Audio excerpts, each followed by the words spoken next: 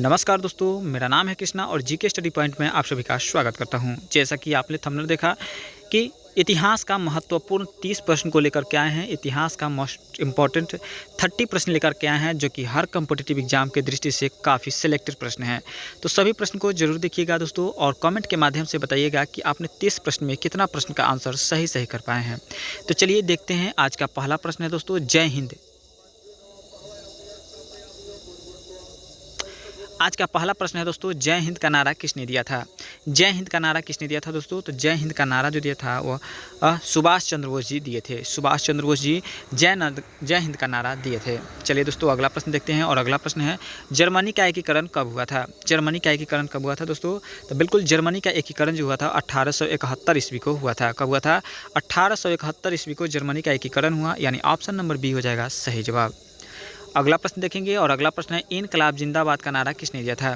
इनकलाब जिंदाबाद का नारा किसने दिया था दोस्तों? तो इनकलाब जिंदाबाद का नारा जो दिया था वो किसने दिया था? ऑप्शन नंबर बी हजरत मोहानी ने दिया था दोस्तों। हजरत मोहानी कहे तो ऑप्शन नंबर बी हो जाएगा सही जवाब। बात करेंगे अगला प्रश्न का, सिंधु घाटी सभ्यता का सबसे अधिक महत्वपूर्ण किस पशु से था?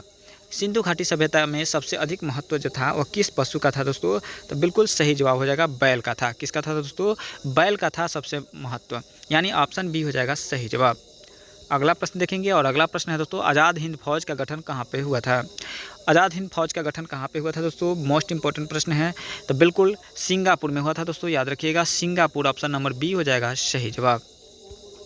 चलिए दोस्तों अगला प्रश्न देखते हैं, और अगला प्रश्न है, अंग्रेजों द्वारा स्थापित प्रथम व्यापारिक केंद्र कौन सा था?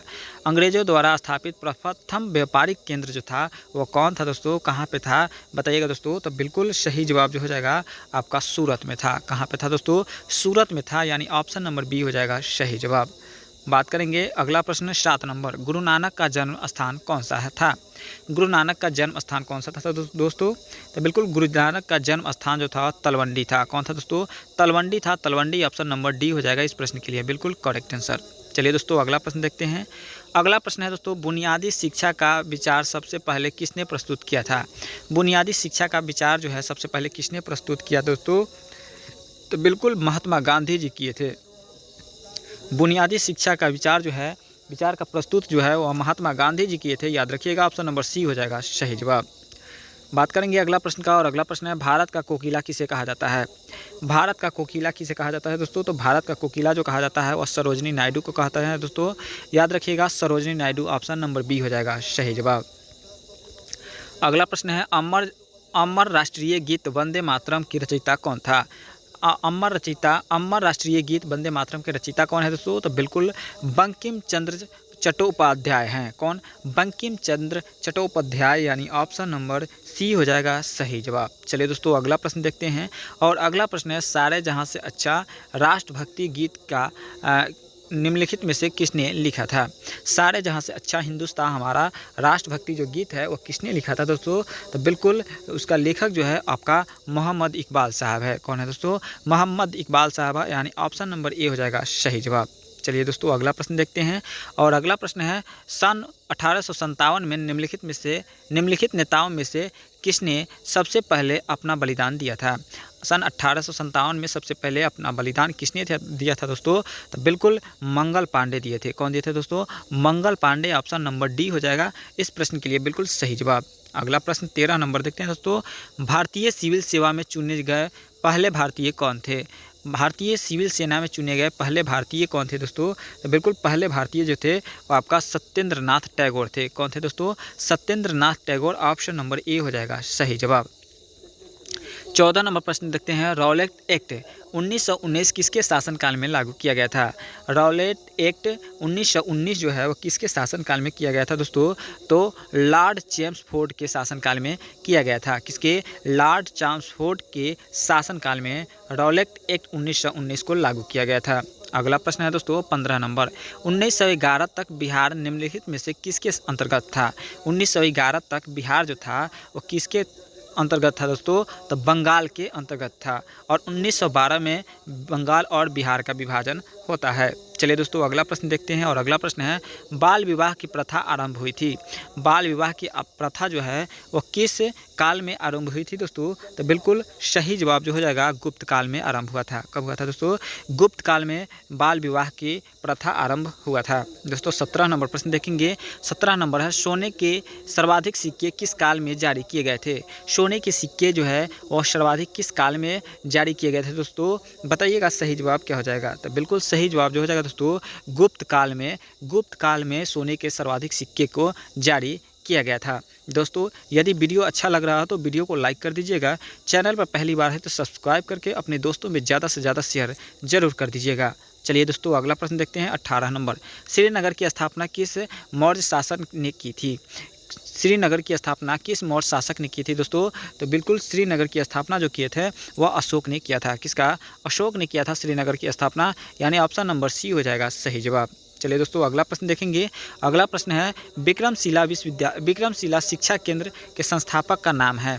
विक्रमशिला शिक्षा केंद्र के संस्थापक का क्या नाम है दोस्तों? तो बिल्कुल सही जवाब जो हो जाएगा ऑप्शन नंबर सी धर्मपाल है। क्या नाम है दोस्तों? धर्मपाल, यानी ऑप्शन नंबर सी हो जाएगा इस प्रश्न के लिए बिल्कुल करेक्ट आंसर हो जाएगा।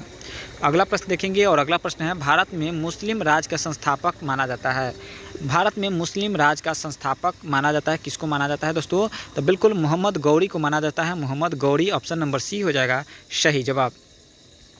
अगला प्रश्न देखेंगे किसने अपने आप को खलीफा घोषित किया था? किसने अपने आप को खलीफा घोषित किया दोस्तों? तो बिल्कुल सही जवाब हो जाएगा मुबारक शाह खिलजी।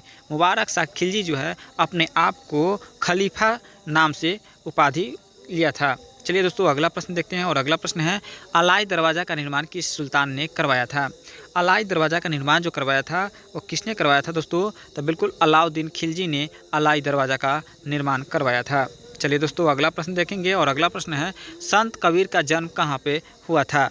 संत कबीर का जन्म जो हुआ था वो कहाँ पे हुआ था दोस्तों? तो संत कबीर का जन्म जो हुआ था वो हुआ था काशी में हुआ था। कहाँ पे हुआ था? संत कबीर का जन्म काशी में हुआ था।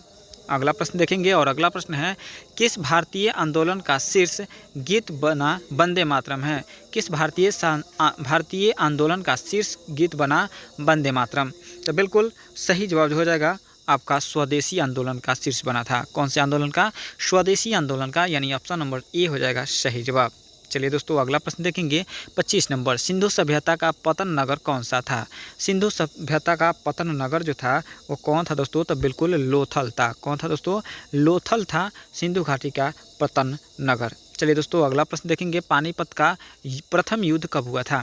पानीपत का प्रथम युद्ध जो हुआ था कब हुआ था दोस्तों? तो बिल्कुल 21 अप्रैल 1556 ईस्वी को हुआ था। 21 अप्रैल 1556 ईस्वी को पानीपत का पहला युद्ध हुआ था दोस्तों, याद रखिएगा। चलिए अगला प्रश्न देखते हैं 27 नंबर है किस युद्ध से भारत में मुगल राज की नींव पड़ी? किस युद्ध से भारत में मुगल का नींव पड़ा दोस्तों? तो बिल्कुल सही जवाब जो होगा पानीपत के प्रथम युद्ध के बाद मुगल का नींव पड़ गया भारत में। चलिए दोस्तों अगला प्रश्न देखेंगे और अगला प्रश्न है फैजी निम्नलिखित में से किसके दरबार में रहा था? फैजी जो है किसके दरबार में रहा दोस्तों? तो बिल्कुल अकबर के दरबार में था दोस्तों। फैजी तो था वह अकबर के दरबार में था। चलिए दोस्तों अगला प्रश्न है किसने चौसा की लड़ाई में हुमायूं को पराजित किया था? किसने चौसा के लड़ाई में हुमायूं को पराजित किया दोस्तों? तो बिल्कुल शेर शाह सूरी ने पराजित किया था। शेर शाह सूरी ने चौसा के युद्ध में हुमायूं को पराजित किया था और उसको सिंध के जंगलों में भागने पर मजबूर कर दिया था।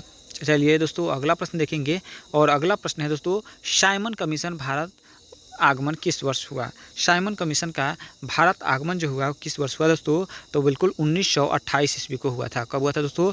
1928 ईस्वी को साइमन कमीशन भारत आगमन हुआ था।